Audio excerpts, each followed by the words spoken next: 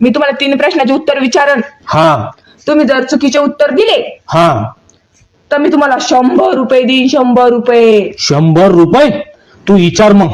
आणि जर तुम्ही उत्तर बरोबर दिले तर तुम्ही मला 1000 रुपये देऊन टाकायचे. फक्त 1000 आहे ना? हा. विचार विचार. पहिला प्रश्न, जगामध्ये किती देश हो?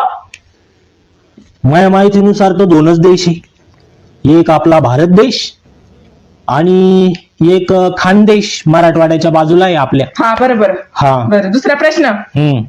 आणि जगात किती खंड आहे?